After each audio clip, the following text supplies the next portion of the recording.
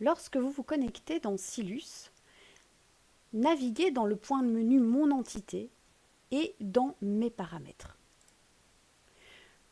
Dans cette partie de Silus, vous allez pouvoir définir des paramètres liés à votre entité qui pourront apparaître notamment dans les offres d'emploi et dans les formulaires d'export. Pour ce qui concerne les offres d'emploi, il est important de compléter le premier onglet qui est relatif aux coordonnées. Vous voyez également qu'il y a des éléments graphiques, de lexique, de personnalisation des exports et de double authentification qui se cachent dans ce point de menu. Pour le paramétrage de mon entité, vous allez pouvoir donc compléter dans le champ nom le nom de votre entité qui apparaîtra donc dans les offres d'emploi et la personne de contact que le candidat va pouvoir contacter s'il a besoin d'informations. Vous allez pouvoir compléter le numéro de téléphone, l'adresse email et évidemment l'adresse postale s'il y a éventuellement des documents à communiquer à votre entité dans le cadre d'une offre d'emploi à envoyer par éléments postaux. Donc, premier champ, le champ coordonnées. Ensuite, nous allons nous intéresser aux éléments graphiques. On vous donne la possibilité, dans ce champ de menu, d'éditer et d'ajouter des éléments graphiques qui pourraient concerner votre entité. Vous pouvez ici modifier la couleur en faisant en sorte que ce soit adapté aux couleurs de votre entité, à votre charte graphique. Vous allez également pouvoir ajouter votre logo, soit en important depuis votre ordinateur, soit en fonctionnant par glisser-déposer comme je viens de le faire ici. N'oubliez pas, à chaque modification qui est introduite, d'enregistrer. Après le point de menu éléments graphiques vient le point de menu lexique. Nous vous avons proposé, dans les compétences liées à la personne de Silus, d'importer des lexiques qui pourraient être les vôtres, des lexiques de compétences comportementales ou de compétences managériales.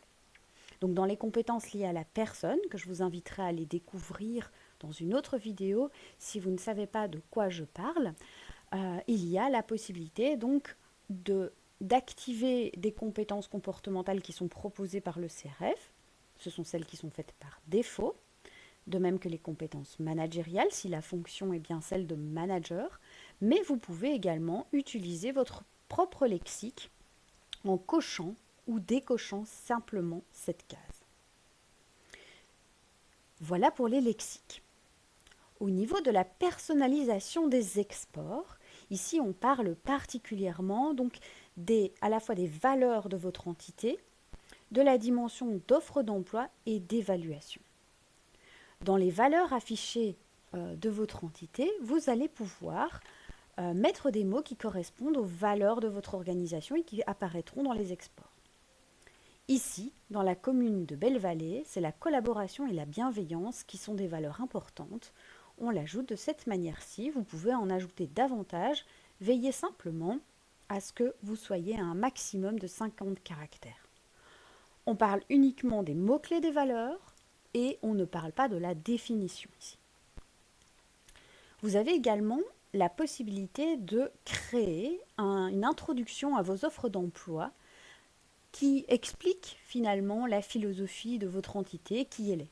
Donc vous allez avoir une possibilité de définir un texte d'introduction.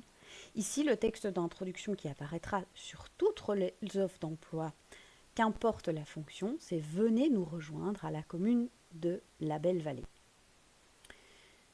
On a également une proposition de texte qui explique ce qu'est l'entité, ce qui pourrait intéresser le candidat dans le fait de travailler dans l'entité. Donc ici, on a mis, vous êtes animé par un esprit d'équipe, une volonté de faire grandir un véritable projet collectif. Rejoignez la commune de Belle-Vallée où la collaboration et la bienveillance sont au cœur de chacune de nos actions.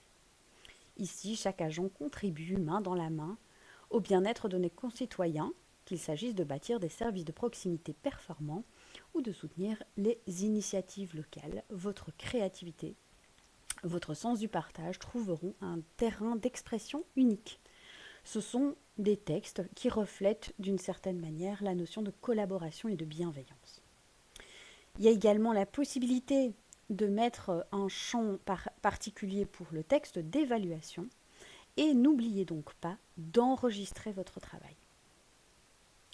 Dans les paramètres de l'entité, le dernier point de menu que je souhaite explorer avec vous, c'est la notion de double authentification.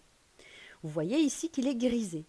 Il est grisé parce que mon rôle dans l'application est celui de gestionnaire et le seul qui a la possibilité de générer ou pas la double authentification, c'est le référent Silus que je vous inviterai à découvrir dans un autre tutoriel.